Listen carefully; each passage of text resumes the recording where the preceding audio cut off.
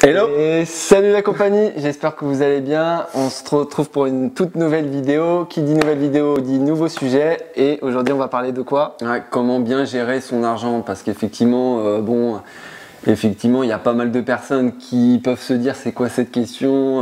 Ouais, faut pas le prendre négativement. Voilà, pour certaines personnes, effectivement, ça va peut-être pas vous correspondre. Auquel cas, j'ai même envie de vous dire, de toute façon, c'est toujours bien de se renseigner et de savoir qu'est-ce qu'on peut faire pour peut-être améliorer son épargne, parce qu'on va en parler dans cette vidéo. Mais effectivement, c'est plus notamment pour les personnes qui effectivement ont du mal à que ce soit épargner, qui ont une situation professionnelle, familiale, etc. compliquée. Ouais, après, si vous avez une bonne gestion financière, on peut vous apporter quelques astuces qui peuvent vous aider. Effectivement, c'est plus dans le de se dire, effectivement, en fonction de ma situation, si elle est compliquée, c'est-à-dire, est-ce que je suis dans le rouge tous les mois, est-ce que j'arrive à épargner mais peut-être pas suffisamment pour pouvoir investir dans l'immobilier. Voilà, en fonction de la situation, on va vous dire un peu point par point ce qu'il est possible de faire en mettant en place tout simplement une organisation. Voilà, bon, va falloir faire violence. Faut être sérieux tout simplement. Hein. Mais c'est vrai que voilà, on va vous dire des points pour déjà vraiment, il faut savoir clairement dans quelle situation financière chaque mois vous êtes. Si vous êtes tout le temps dans le rouge, faut vous en rendre compte déjà, parce que c'est vrai que certaines personnes ne peuvent pas s'en rendre compte qu'ils sont dans le rouge. Et en fonction de ça, prendre toutes les mesures, toutes les dispositions pour régler ce problème et avoir une gestion financière saine. Parce que ça, c'est très important. Si derrière, vous voulez investir et que vous voulez aller voir des banques pour vous faire financer, ça passe par là. C'est obligé. Ouais, puis ça va être compliqué, surtout si vous êtes dans le rouge ou même vous arrivez à mettre un tout petit peu d'épargne chaque mois. Enfin, si c'est minime, je veux dire, les banquiers, surtout si vous voulez faire de moyens gros projets, ça va être un peu compliqué. Attention, on ne dit pas de se restreindre et de pas du coup profiter de la vie, etc. C'est de gérer son argent intelligemment, mais tout en profitant un minimum. Et du coup, on va vous donner quelques petites astuces par rapport à tout ça. Ouais, je pense que première étape déjà, c'est tout simplement de lister toutes vos dépenses récurrentes. Donc qu'est-ce qu'on appelle récurrentes? Qui sont un peu obligatoires. Les loyers, les factures EDF, l'eau, le gaz, la nourriture, parce que on est bien obligé de se nourrir. Donc voilà, toutes ces dépenses-là récurrentes que malheureusement vous êtes un peu obligé de toute façon de payer. Et de se dire qu'est-ce que vous pouvez réduire, notamment je sais pas, renégocier vos contrats d'électricité, de l'eau, peut-être votre crédit maison, etc. Donc voir ce qu'il est possible de négocier et de réduire. Notamment, je pense aux abonnements. Les abonnements, ça fait partie des dépenses récurrentes. Je pense qu'il y a moyen par rapport à vos abonnements, je sais que c'est super cher. Voir effectivement dans ce cas-là ce qu'il est capable de peut-être renégocier et faites-le dans ce cas-là. Ouais, c'est clair. Et voyez déjà, je pense premièrement, les dépenses vraiment importantes. Des fois, ça prend des centaines d'euros. Et je pense qu'il y a moyen de négocier par rapport à ça ou voire de les réduire considérablement. Exactement. Donc là, vraiment les dépenses récurrentes et ensuite vos dépenses, on va dire secondaires et plus abusives, dans ce cas-là abusives, c'est-à-dire, abusives. On va vous expliquer, c'est dans le sens restaurant, cinéma, etc. Donc effectivement, les hobbies, les activités que vous allez avoir, etc. Et effectivement, c'est bien d'en faire. Mais voir justement, si vous êtes dans le rouge ou que c'est compliqué, voir ce que vous pouvez diminuer ou voire même arrêter. Parce qu'à un moment donné, si votre objectif c'est d'investir, etc., dans l'immobilier, va falloir se faire violence, j'ai envie de vous dire. Donc ça peut être les restaurants, ça peut être les sorties, ça peut être le shopping. On pense notamment à la cigarette. Si vous fumez tous les jours, au bout d'un mois, ça fait énormément de dépenses. Exactement. Ça peut être énorme. Justement, faites vraiment la somme mensuellement de ce que ça vous coûte réellement et vous allez voir que, je sais pas, ne serait-ce que diminuer de 50%, même 30%, je pense que au moins, je pense que ça peut être Je pense qu'il est important et on vous conseille de faire un tableau et vous listez toutes vos dépenses. Toutes vos dépenses, les dépenses un peu qu'on a dit qui sont un peu obligatoires, dans le sens où c'est votre loyer, etc. Et dans un autre tableau, je pense les dépenses abusives que vous pouvez limite vraiment réduire à 80%, voire les enlever totalement. Une fois que vous avez bien identifié toutes ces dépenses-là, c'est de se dire effectivement pourquoi pas se créer 2 comptes, c'est-à-dire un compte pour toutes les dépenses effectivement récurrentes, etc. Même de dépenses d'activité, et surtout un compte épargne que vous allez utiliser uniquement pour vraiment ce que vous voulez, ce qui vous tient à cœur, on va dire, que ce soit pour de l'IMO. C'est pas forcément que l'IMO, attention, ça peut être soit pour un futur mariage, c'est clair. Pour un mariage que vous prévoyez depuis des années, etc. Vraiment quelque chose qui vous tient à cœur. Un projet, même partir au bout du monde pendant un an, ça peut être mais que du coup ça demande une certaine épargne pendant un petit moment, et du coup vraiment faites-vous un compte là-dessus.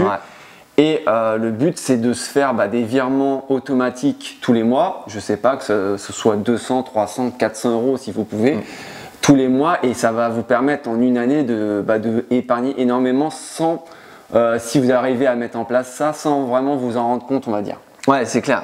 Attention, faut prendre.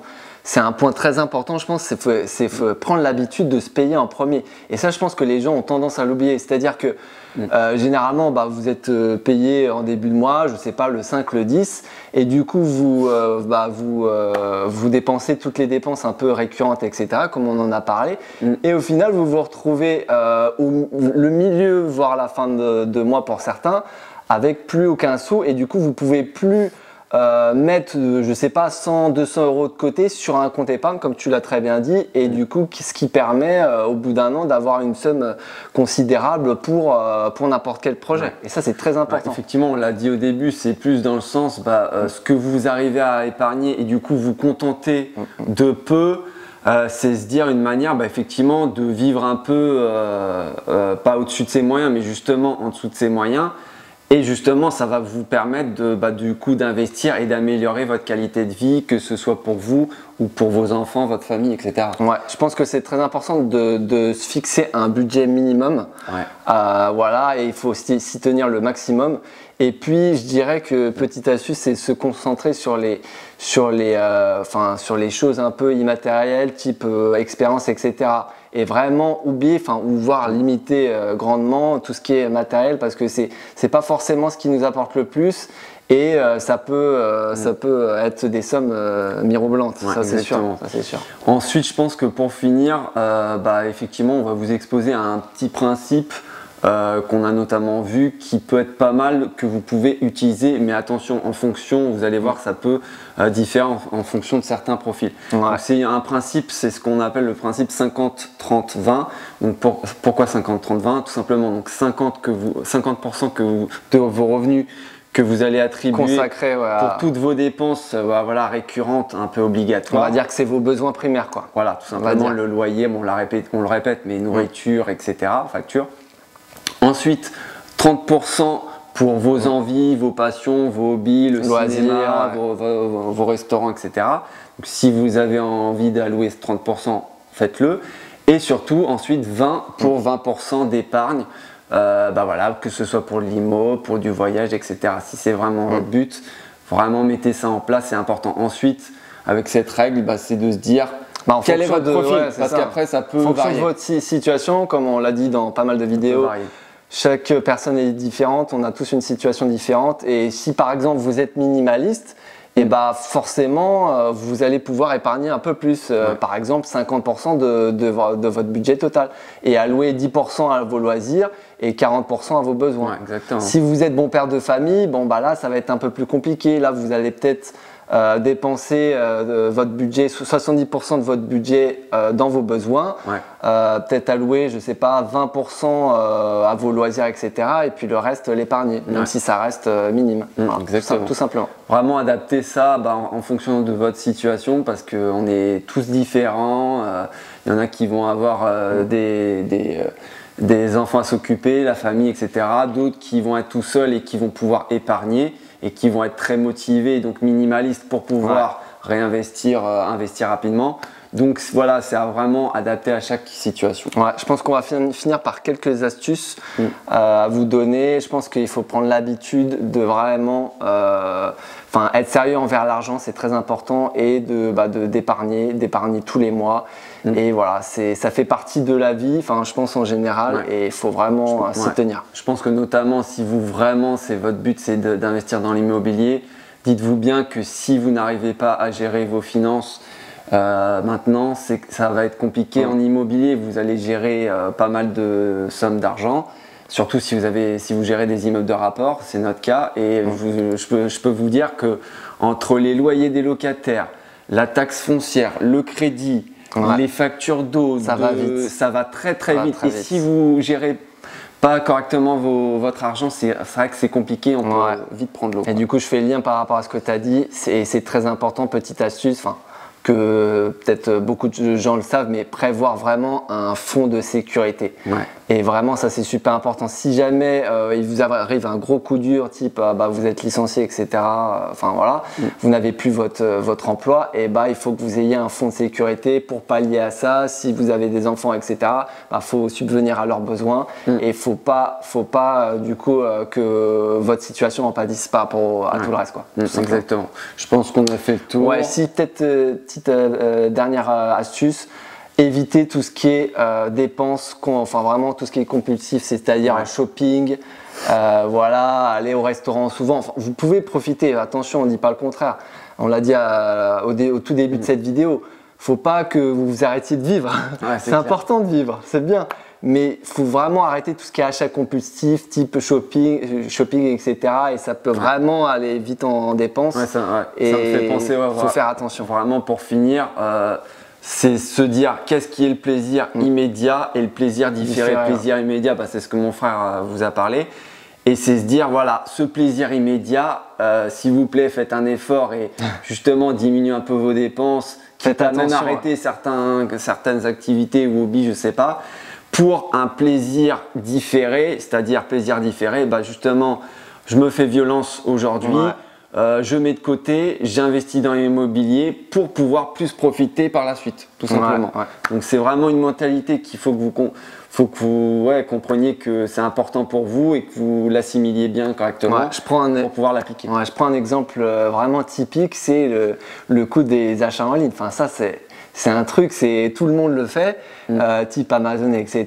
Et je pense qu'on s'en rend des fois même pas compte qu'on fait des achats sur achats sur achats et au final, des petits achats de 10, 20, 30 euros, vous vous retrouvez à la fin de la journée, si vous en avez fait plusieurs, à 150, 200 euros. Et si vous multipliez ça, si vous faites ça 3-4 fois par mois, je vous laisse faire les calculs, ça fait une grosse somme. Ça va vite. Ça fait une grosse somme en dépenses. Ça va très simplement. Donc il faut faire très attention à ça et vraiment prendre de bonnes habitudes dès le début en termes financiers, etc. Je pense qu'on a fait le tour. Je pense, gros sujet, n'hésitez pas à liker, commenter cette vidéo, de nous dire en quoi vous avez du mal peut-être pour vous d'épargner, quelles sont peut-être vos grosses dépenses, et peut-être nous on vous répondra comment peut-être y remédier en fonction effectivement de votre profil. Et si on a pu vous aider à avoir une certaine prise de conscience par rapport du coup à l'argent, la gestion d'argent, etc. Et vraiment ça nous fait plaisir. Exactement, n'hésitez pas à vous abonner si c'est pas déjà un petit like, ça fait plaisir. Et puis on se retrouve pour de nouvelles vidéos. Exactement. Allez, salut. Ciao.